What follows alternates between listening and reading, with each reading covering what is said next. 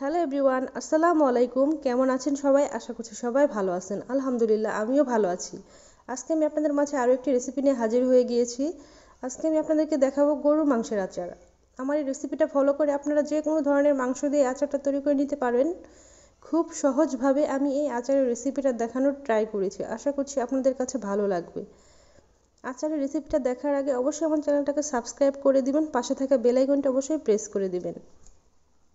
এই গরুর মাংসের আচারটা যদি আপনারা ঘরে বানিয়ে রাখেন, যে কোনো সময় যে কোনো মুহূর্তে যে কোনো খাবারের সাথে এটা আপনারা সার্ভ করতে পারেন। যেমন গরম ভাতের সাথে এই আচারটা সার্ভ করা যায়, ভুনা খিচুড়ির সাথে, পোলাও, বিরিয়ানি এবং সকালের নাস্তা যেমন রুটি, পরোটা এবং মুড়ি মাখার সাথেও এই আচারটা খেলে কিন্তু খুবই ভালো লাগে।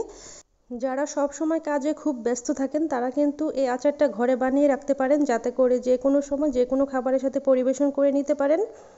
চলুন তাহলে গরুর মাংসের আচারটা তৈরি করা যাক। গরুর মাংসের আচার তৈরি করার জন্য আমি প্রথমে এখানে নিয়ে নিয়েছি 1 কেজি পরিমাণে গরুর মাংস। এখানে কিন্তু আমি হাড়, চর্বি এগুলো বাদ দিয়ে নিয়েছি। এগুলো বাদ দিয়ে একদম সলিড মাংস নিতে হবে এই গরুর মাংসের আচারটা তৈরি করার জন্য। দেখতেই পাচ্ছেন আমি মাংসটাকে কতটুকু ছোট ছোট কিউব করে কেটে নিয়েছি। আমি একটু দেখিয়ে দিচ্ছি, হাত দিয়ে দেখে বুঝে নিতে হবে। এতে করে মাংসের ভিতরে মশলাটা খুব ভালোভাবে ঢুকে যাবে এবং মাংসটা খুব তাড়াতাড়ি সেদ্ধ হবে। তো চলুন এবার মাংসটা রান্নায় চলে যাই। মাংসটা রান্না করার জন্য আমি প্রথমে একটা হাঁড়ি নিয়েছি। এবার হাঁড়ির ভিতরে সবগুলো মাংস দিয়ে দিব। মাংসগুলো দিয়ে দেওয়া হয়ে গিয়েছে। এবার আমি এখানে দিয়ে দিব শুকনো মশলাগুলো। প্রথমেই আমি দিয়ে দিচ্ছি হচ্ছে 1 চামচ হলুদের গুঁড়া। এবার আমি দিয়ে দেব হচ্ছে মরিচের গুঁড়া। আপনারা আপনাদের পছন্দ মতো ঝালটা বাড়িয়ে কমিয়ে দিতে পারেন। আমি এখানে 1.5 চামচের মতো মরিচের গুঁড়া দিয়েছি। এবার দিয়ে দেব 1 চামচ ধনিয়ার গুঁড়া।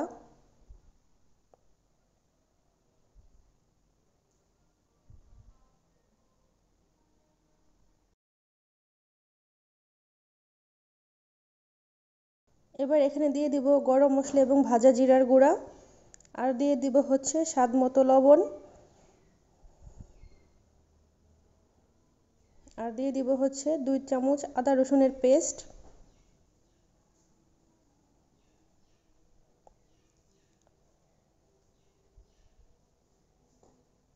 এবার এখানে দিয়ে দিব হচ্ছে হাফ কাপ সরিষার তেল। এটা অবশ্যই সরিষার তেল দিয়ে করতে হবে, যেহেতু এটা আচার বানাবো এই কারণে এখানে সরিষার তেলটা দিচ্ছি। এবার এগুলোকে খুব ভালোভাবে হাত দিয়ে মাখিয়ে দিব। খুব ভালোভাবে মাংসটাকে মাখাতে হবে মশলার সাথে। এই তো আমার মাংসটা মাখানো হয়ে গিয়েছে। এবার এটাকে চুলায় বসিয়ে দিলাম। এবার ঢাকনা দিয়ে ঢেকে দিতে হবে। কোনো পানি অ্যাড করিনি, দেখতেই পাচ্ছেন আপনারা। এভাবে এই মাংসটা রান্না করব। মাংসটা কষাতে কষাতে মাংস থেকে যে পানিটা উঠবে ওইটা দিয়ে মাংসটা সেদ্ধ হয়ে যাবে। আপনারা যদি আপনাদের মাংস এভাবে রান্না করার সময় যদি সেদ্ধ না হয়, সেক্ষেত্রে হাফ কাপ বা 1 কাপ পরিমাণ একটু গরম পানি অ্যাড করে দিবেন। এতে করে মাংসটা দেখবেন সেদ্ধ হয়ে যাবে। মাংসটা একটু নাড়াচাড়া দিয়ে দিচ্ছি যাতে করে হাঁড়ির নিচে পড়ে না যায়, সেটা খেয়াল রাখতে হবে। এই মাংসটা এভাবে রান্না করতে করতে এই মাংসের পানিটা একদম শুকিয়ে ফেলতে হবে। দেখতেই পাচ্ছেন মাংসের কতটা সুন্দর একটা কালার এসেছে। এভাবে করে আমি এটাকে 15 থেকে 20 মিনিটের মতো মিডিয়াম লো হিটে রান্না করব, যাতে করে মাংসটা পুড়ে না যায় এবং মাংসটা খুব সুন্দরভাবে সেদ্ধ হয়ে আসে। কিছুক্ষণ পর পর এভাবে নাড়াচাড়া দিয়ে দিতে হবে।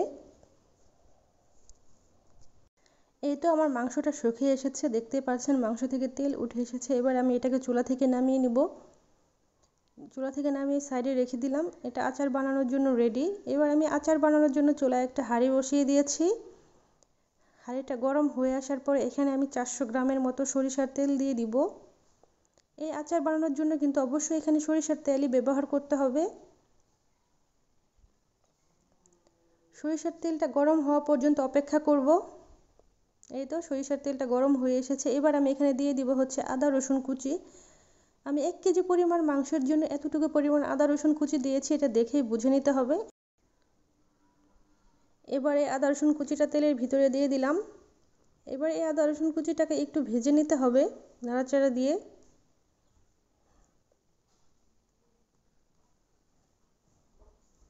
একটু হালকা ব্রাউন কালার করে নিতে হবে।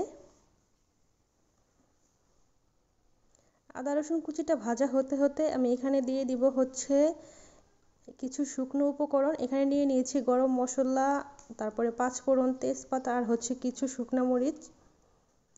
এবার এই সবগুলো শুকনো উপকরণ এই তেলের ভিতরে দিয়ে দিব। রসুন আর আদাটাও একটু ভাজা হয়ে গিয়েছে। পাঁচফোড়ন এবং এই মশলাগুলো দিয়ে দেওয়ার পরে একটু ভালোভাবে নাড়াচাড়া দিয়ে দিব। নাড়াচাড়া দিয়েই এখানে আমি মাংসগুলোকে দিয়ে দিব, কারণ এটা বেশি ভাজা যাবে না, কারণ বেশি ভাজলে এই মশলার স্মেলটা নষ্ট হয়ে যাবে। এবার আমি এখানে মাংসগুলোকে দিয়ে দিচ্ছি।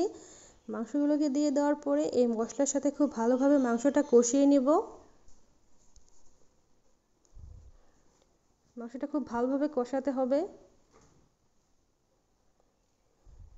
এই মাংসটাকে অনবরত নাড়াচাড়া দিয়ে রান্না করতে হবে, যাতে করে মাংসটা পুড়ে না যায় বা একটা সাইড বেশি ভাজা না হয়ে যায়, সেদিকে খেয়াল রাখতে হবে।